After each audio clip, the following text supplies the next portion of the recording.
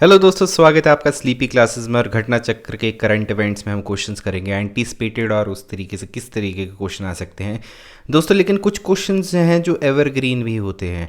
अब वो evergreen questions कैसे हैं उसका एग्जांपल भी दे देता हूँ। चलिए स्टार्ट करते हैं। अब देखिए, ये क्वेश्चन है कि which of the following book was written by Khushwant Singh who passed away. अब इस टाइप का क्वेश्चन जो है एवरग्रीन है। क्यों? देखिए, बुक और रिनाउंड ऑथर जो है ये तो हमेशा ही मतलब हिस्ट्री में दर्ज हो गया है, तो ये करंट इवेंट्स में भी आ सकता है और वैसे जनरल नॉलेज में भी आ सकता है। तो इसका सही आंसर क्या है? The good, the bad and the ridiculous. तो दोस्तों कमेंट सेक्शन में मेरे को 2 और बुक्स का नाम बताइए खुशवंत सिंह की, ठीक है जी। एक ट्रेन का नाम भी है, ठीक है, और इस तरीके के 2-3 मुझे बुक्स का नाम बताइए, ठीक है। और अगर उनको कोई अवार्ड मिला है, पद्मश्री, पद्म विभूषण, क्योंकि उन्होंने लौटा भी दिया था, कुछ इस तरीके से कुछ चीज़ें हुई थी, कमेंट सेक्शन में बताइए कि खुशवंत सिंह इज़ इम्पॉर्टेंट क्योंकि Punjab is in the focus. ठीक है, ठीक है। पंजाब से याद आया कि भगत सिंह, ठीक है जी, Bhagat Singh is also very important, तो उसको एक हिस्ट्री, मॉडर्न हिस्ट्री में ज़रूर दिमाग में रखिएगा। अब देखिए कि किस टाइप के क्वेश्चन पूछे जा सकते हैं कि who has written the book 400 days.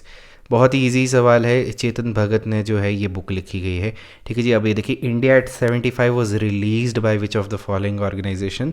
तो देखिए, नीति आयोग ने जो है ये जो है इंडिया एट 75 रिलीज़ करा है। अब ये क्या है? ये अभी नीति आयोग की एक कॉम्प्रिहेंसिव नेशनल स्ट्रैटेजी है फॉर न्यू इंडिया, ठीक है जी। और इसमें एक डिटेल्ड एक्सपोजिशन दी है 41 क्रूशियल एरियाज़ जो हैं, जिसमें रिकग्नाइज़ किया है कि प्रोग्रेस जहाँ पे हो चुकी है, और आइडेंटिफाई करता है कि हमारे कॉन्स्टेंट्स क्या हैं और सजेस्ट करता है वे फॉरवर्ड, ठीक है जी। और 2022-23 के लिए तो देखिए इस टाइप के क्वेश्चन आने की बहुत ज़्यादा हाई प्रोबेबिलिटी क्वेश्चंस बोलता हूँ मैं इनको, बहुत ज़्यादा चांसेस है, ठीक है। अब strategy for new India at 75 जो है ये 19 दिसंबर 2018 को रिलीज़ हुई थी, ठीक है। तो इस टाइप के क्वेश्चंस भी सदाबहार नगमे की तरह हैं, क्योंकि नीति आयोग, देखिए दोस्तों, नीति आयोग आज़ादी का अमृत महोत्सव, ठीक है जी, 26 जनवरी, 15 अगस्त और हमारा जो बापू का जन्मदिन है, ठीक है, उस पे कुछ ना कुछ तो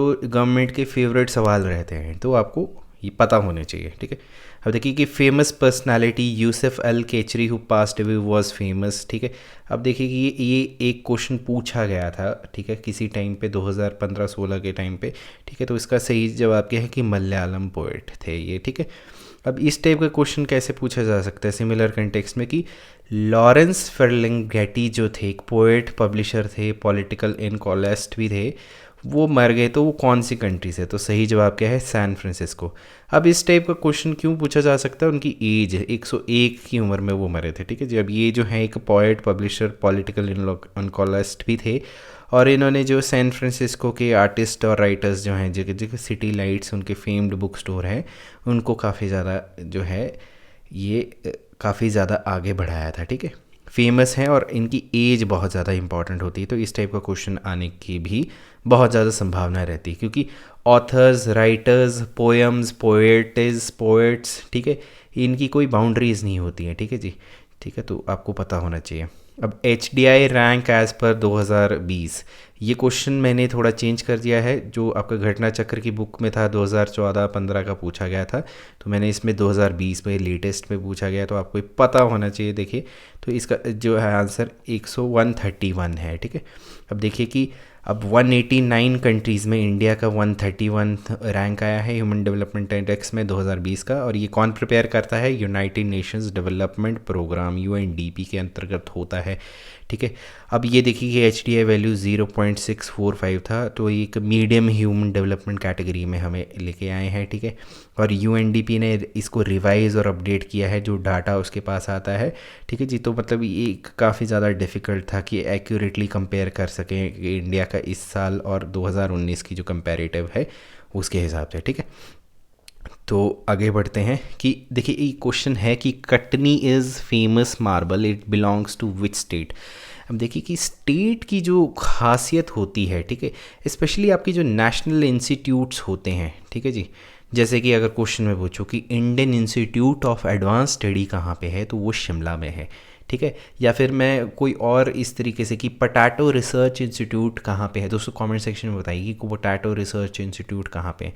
तो देखिए इसी तरीके से कटनी जो है ये एक फेमस मार्बल है, कौन से स्टेट को बिलोंग करता है, तो देखिए ये जो है मध्य प्रदेश को बिलोंग करता है, मतलब सिटी ऑफ मार्बल्स के नाम से भी इसको जानते हैं। ठीक है, तो अब देखिए इसी तरीके से आपका अगला क्वेश्चन है कि मशरूम सिटी ऑफ इंडिया कौन सी जगह पे लोकेटेड है, शिमला, सोलन, मनाली, धर्मशाला। अब ऑप्शन में आपको पता चल गया कि मशरूम सिटी के बारे में बात कर रहे हैं तो डेफिनेटली ये हिमाचल प्रदेश है, क्योंकि ऑप्शंस आपके सारे हिमाचल प्रदेश से हैं। तो इसका सही जवाब क्या है, सोलन। ठीक है, इनफैक्ट सोलन में जो है एक ब्रूरी भी है, ठीक है जी, और वो ब्रूरी क्या है, अल्कोहल बनाती है। सोलन एक ब्रांड भी है अल्कोहल का, तो इंपॉर्टेंट हो जाता है। तो सोलन के बारे में थोड़ा जानते हैं। अब सोलन जो है एक डिस्ट्रिक्ट हेडक्वार्टर्स है, सोलन डिस्ट्रिक्ट, ठीक है जी, और ये क्रिएट किया गया था 1 सितंबर 1972 को हिमाचल प्रदेश में। ठीक है जी, अब ये 1600 मीटर की ऊंचाई पे है और ये प्लेस जो है हिंदू गॉडेस श्लूनी देवी के नाम से जाना गया है। और यहाँ पे एक बहुत फेमस जो है ठोडो ग्राउंड में एक आपका जो है एक फेस्टिवल भी होता है। ठीक है जी, जून के आसपास जो है ये एक गॉडेस को हम सेलिब्रेट करते हैं, 3 दिन का मेला होता है ठोडो ग्राउंड में। और देखिए ये जो प्रिंसली सेठ भगत है उसका जो सोलन कैपिटल भी है, तो ये हिस्टोरिकल पॉइंट ऑफ व्यू से भी हिमाचल के अगर कोई एस्पिरेंट्स हैं तो उनको भी वो समझ सकते हैं कि हिस्टोरिकल पॉइंट ऑफ व्यू से भी इम्पॉर्टेंट है। अब ये मशरूम सिटी ऑफ इंडिया तो जानते ही हैं, साथ में इसको जो है हम क्या बोलते हैं टमाटोस के लिए भी बहुत ज़्यादा इम्पॉर्टेंट है। ठीक है, अब यहाँ पे डायरेक्टरेट ऑफ मशरूम रिसर्च जो है चंबा घाट में ये है। ठीक है, तो ये इम्पॉर्टेंट है आपके लिए। अब देखिए कि सोलन को सिटी ऑफ रेड गोल्ड भी बोला जाता है, क्योंकि यहाँ पे बल्क प्रोडक्शन होती है टमाटोज इन द एरियाज़ की। और यहाँ पे जो है आपकी कालका शिमला नेशनल हाईवे भी है, और कालका शिमला जो आपकी जो है क्या यूनेस्को वर्ल्ड हेरिटेज ट्रैक जो है इसको बोला गया है। ठीक है जी, इसका दर्जा मिला गया हुआ है कालका शिमला जो आपका रेलवे ट्रैक है। तो दोस्तों अगर आपको पता है तो बताइए, लेकिन कमेंट सेक्शन में बताइए कि टोटल कितनी टनल्स हैं इस ट्रैक पे, कालका शिमला जो ट्रैक है रेलवे ट्रैक उस पर कितनी जो है आपकी टनल्स हैं, बहुत ज़्यादा इंपॉर्टेंट है। ठीक है, चलिए अगला सवाल है कि current attorney general of India is. अभी देखिए ये क्वेश्चन जो है वैसे कि वैसा ही है और इसको भी हम एवरग्रीन क्वेश्चन बोलते हैं। क्यों, अटॉर्नी जनरल का करंट आराम से पूछा जा सकता है। तो फिलहाल हमारे जो के वेणुगोपाल जो हैं वो हमारे करंट अटॉर्नी जनरल हैं। ठीक है, अब अटॉर्नी जनरल ऑफ इंडिया क्या होते हैं, highest law officer of the country होते हैं, और वो चीफ लीगल एडवाइज़र भी होते हैं गवर्नमेंट ऑफ इंडिया के। ठीक है दोस्तों, और अब देखिए करंट और 15th अटॉर्नी जनरल जो है के वेणुगोपाल हैं, जो उन्होंने 30 जून 2017 को इन्होंने अपनी सर्विसेज स्टार्ट की थी, 2 बार रीअपॉइंट हो चुके हैं। ठीक है जी, अब ये जो पोस्ट है अटॉर्नी जनरल की ये कॉन्स्टिट्यूशन में प्रोवाइड की गई है, यानी कि ये एक कॉन्स्टिट्यूशनल पोस्ट है। ठीक है दोस्तों, अब ये देखते हैं कि अपॉइंट कैसे किए जाते हैं अटॉर्नी जनरल। ठीक है, अब अटॉर्नी जनरल जो है प्रेसिडेंट ऑफ इंडिया करते हैं, किसकी, on the advice of union cabinet of the ministers. ठीक है, और साथ में क्या है कि ये पर्सन जो है सिटीज़न ऑफ इंडिया होनी चाहिए, और जो आपके जो appointed attorney general of India हैं वो क्वालिफाइड होनी चाहिए सुप्रीम कोर्ट के जज, मतलब कि या तो वो जज होने चाहिए हाई कोर्ट के 5 साल के एक्सपीरियंस, या फिर एडवोकेट होने चाहिए हाई कोर्ट में 10 साल का एक्सपीरियंस, या फिर इमिनेंट ज्यूरिस्ट होनी चाहिए किसके, प्रेसिडेंट के ओपिनियन में।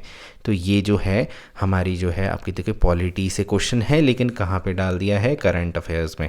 ठीक है दोस्तों, तो इसके लिए 360 डिग्री अप्रोच के बारे में जो मैं बात करता हूँ, keep that always in the mind. अगला क्वेश्चन है कि who is the new Interpol president, Al Decosta, Ahmed Naser Al Raisi, Mohammed Naseer, Ashwini Kumar. तो देखिए अहमद नसीर एल रसी जो हैं उनको रिसेंटली 2021 में ही अपॉइंट किया गया है, तो इसके बारे में थोड़ा सा हम जान लेते हैं। देखिए कि आपके अहमद नसीर एल रसी जो यूनाइटेड अरब एमिरेट से जो हैं, ठीक है जी, इनको इंटरपोल के न्यू जो है प्रेसिडेंट जो है जनरल असेंबली में इलेक्ट किया गया है। ठीक है। अब central bureau of investigation CBI के स्पेशल डायरेक्टर प्रवीण सिन्हा जो हैं उनको भी इलेक्ट किया गया है for the delegate for Asia in executive committee. तो एक और पॉइंटर आपको यहाँ से निकल के आता है, किसके लिए? International Criminal Police Organisation, Interpol जिसकी फुल फॉर्म है, ठीक है जी। और इसमें काफ़ी टफ जो है आपका कंपटीशन था। अब इलेक्शन जो है ये टर्किश सिटी इस्तांबुल में हुआ था, कहाँ पे? 89th Interpol General Assembly. और सीबीआई जो है इंडिया के जो काफ़ी ज़्यादा उसको रिप्रेजेंट करता है, और इसमें 194 कंट्री मेंबर्स हैं इंटरपोल में, जिसमें कि अभी देखिए कि आपकी जैसे कि बहुत ज़्यादा जो हैं आपकी जितने भी इंटरनेशनल प्रॉब्लम्स होती हैं, इंटरनेशनल पुलिस असिस्टेंस चाहिए होती है, उसमें इंटरपोल का बहुत बड़ा रोल रहता है। अब देखिए कि who among is the current National Security adviser.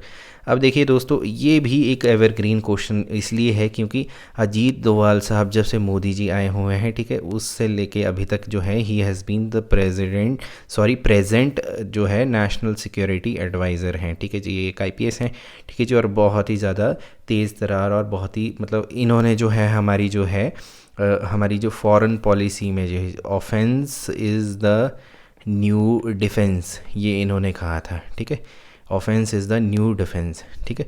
जैसे कि पाकिस्तान का है, पाकिस्तान की 1000 कट्स, ठीक है जी, 1000 cuts will lead to 1000 bandages, मतलब कि हर जगह से उनको काटो, वो पाकिस्तान का है। तो ये इंटरनेशनल जो हम इंटरनेशनल रिलेशन जब पढ़ते हैं तो उसमें ये काफ़ी ज़्यादा इंपॉर्टेंट हो जाता है, और आपके मीन्स के पर्सपेक्टिव से भी इम्पॉर्टेंट है, ठीक है। अब देखिए क्वेश्चन जिस तरीके का पूछा जा सकता है वो कि who is the first female supreme court जज ऑफ पाकिस्तान।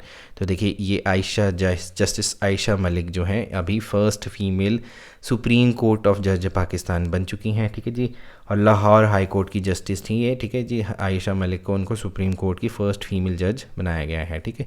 अब ये देखिए 1956 में पाकिस्तान का हाईएस्ट कोर्ट जो सुप्रीम कोर्ट है वो बना है। तो कमेंट सेक्शन में बताइए कि इंडिया के सुप्रीम कोर्ट जो है वो कब बना था, ठीक है। सुप्रीम कोर्ट आफ्टर इंडिपेंडेंस, बताइए आफ्टर इंडिपेंडेंस ठीक है। इंडिया का जो दिल्ली वाला है कब बना था, और उसके आर्किटेक्ट कौन थे, ठीक है।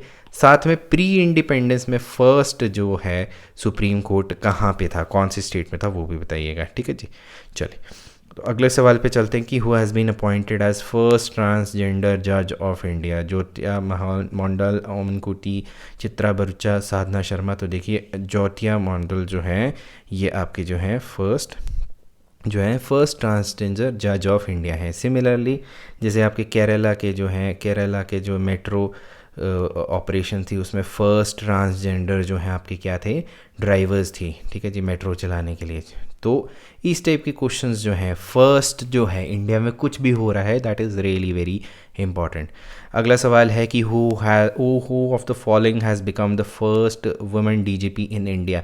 अब देखिए ये क्वेश्चन मुझे भी लगता था कि डॉक्टर किरण बेदी होंगे, लेकिन असली में कंचन चौधरी भट्टाचार्य जी जो है वो first women DGP, director general of police बनी थी, ठीक है जी। डॉक्टर किरण बेदी जो हैं वो फर्स्ट वुमेन आईपीएस थी। तो ये डिफरेंस आपको पता होना चाहिए कि कई बार हम बहुत इजी क्वेश्चंस को भी जो है हम गलत कर जाते हैं, ठीक है। तो ये आंसर था। तो दोस्तों ये थे आपके जो घटना चक्र के क्वेश्चंस, ठीक है। आई होप कि आप 360 डिग्री अप्रोच जिसके बारे में बहुत बार बोलता हूँ उसको अप्लाई कर रहे हैं। खुद से जब आप क्वेश्चंस बनाना स्टार्ट कर देंगे मतलब कि आपकी एलिवेशन हो रही है पढ़ाई पे, ठीक है। एंड मेक श्योर आप कितनी ज़्यादा रिवीजन कर सकते हैं, do it. Revision is the key to success, ठीक है। ऐसा नहीं है जैसे कि 20 क्वेश्चंस मैं करवाता हूँ weekly dose of current affairs में, ठीक है। तो वो क्वेश्चंस जो हैं आप प्लीज़ उसके जैसे आपको पीडीएफ मिल जाएंगे टेलीग्राम पे, उसको अगर प्रिंट आउट ले सकते हैं तो ले लीजिए। उसको रिवाइज़ करना बहुत ज़रूरी है क्योंकि देखिए कॉन्सेप्ट्स जो हैं अगर आप रिवाइज़ नहीं करेंगे तो आप एग्ज़ाम में उसको भूलने की बहुत ज़्यादा प्रॉब्लम हो जाती है। जैसे कि एग्जांपल लेते हैं कि आपका 4 डेज़ अ वीक है, ठीक है, आपके 20 क्वेश्चंस हैं, ठीक है, तो 80 क्वेश्चंस बन गए। 6 मंथ्स के अगर हिसाब से अगर देखे जाएँ, अगर आपके पास 500 भी अगर क्वेश्चंस हैं तो दैट मीन्स आपके 500 कॉन्सेप्ट हैं, और मिनिमम 6 मंथ्स, आजकल तो 12 महीने के भी हैं। तो अगर आपके पास 1000 कॉन्सेप्ट हैं तो रिटेंशन इज़ वेरी इंपॉर्टेंट, जिसमें रिवीजन इज़ द की। तो दोस्तों आपसे फिर से मुलाकात होगी, तब तक के लिए टेक केयर, नमस्कार, बाय बाय।